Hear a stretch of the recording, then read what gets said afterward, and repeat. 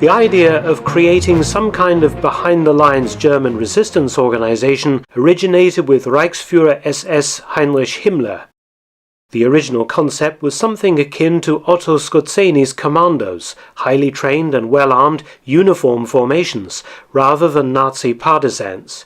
Himmler chose SS Obergruppenführer Hans Adolf Boltzmann to oversee the organization in autumn 1944, after the German defeat in Normandy had apparently shown him the writing on the wall for Nazi Germany. Interestingly, the Allies were thinking along the same lines as Himmler, and US analysts reported in January 1945 that the Germans were preparing stay-behind forces in preparation for the Allied invasion of Germany. The British and Americans were fairly concerned about a protracted guerrilla campaign behind their lines.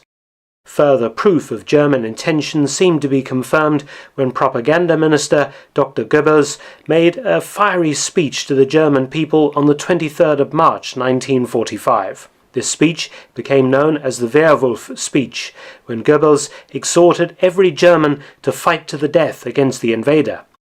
The Propaganda Ministry organized Radio Werewolf, which began broadcasting on the 1st of April 1945. The show was opened with the sound of a wolf howling and exhorted fighting to the death. These broadcasts unsettled Allied forces further, making troops mistrustful of German civilians. General Boltzmann apparently took some measures to turn Himmler's and Goebbels' idea into a reality. A Werewolf Central Training Center was established at a castle near Erkelenz, training batches of 200 older Hitler youths and some SS volunteers in each intake. Each regional Gauleiter was ordered to draw up lists of potential recruits for the Werewolves, who were then to be trained at locations in the Rhineland or around Berlin. The entire force numbered apparently about 5,000, but they were short of weapons, equipment and training. Some caches of weapons and explosives were created, but most were found by the Soviets or the Allies, while the organization broke down into unrelated or coordinated cells or even individuals who committed some acts of sabotage or assassination against the Allies.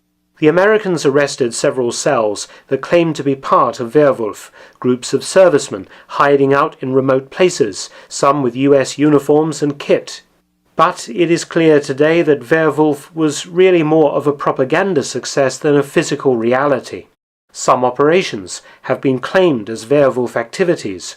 In March 1945, Himmler ordered the assassination of the American-appointed mayor of Aachen, Franz Oppenhoff, who was duly dispatched by an SS hit squad on the 25th of March. Most assassinations and attacks were in reality conducted by regular German troops or SS in battle conditions, but Goebbels' Werewolf Radio was happy to claim responsibility in order to sow alarm and confusion in the Allied ranks. Unfortunately, this resulted in reprisals by Allied troops that, according to historians, killed between 3,000 and 5,000 Germans. Collective punishments, fines and curfews existed in West Germany until 1948. In East Germany it was far worse. The Soviets branded all Hitler youths as potential werewolves, and more than 10,000 were sent to special camps, hundreds were shot, and in one horrendous case an entire town, Demmin, was burned down, resulting in hundreds of suicides among the population.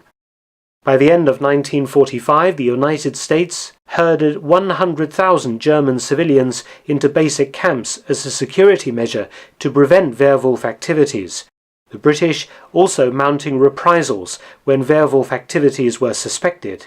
In the final analysis, Himmler's idea of a uniformed army behind Allied lines failed to materialize. Dr. Goebbels' effective propaganda ensured that the paranoid Allies and Soviets came down hard on any German who resisted, citing the Werewolf organization as the reason. Goebbels only succeeded in unnecessarily killing yet more Germans when the war was almost over. Werewolf was, in the final analysis, a complete failure.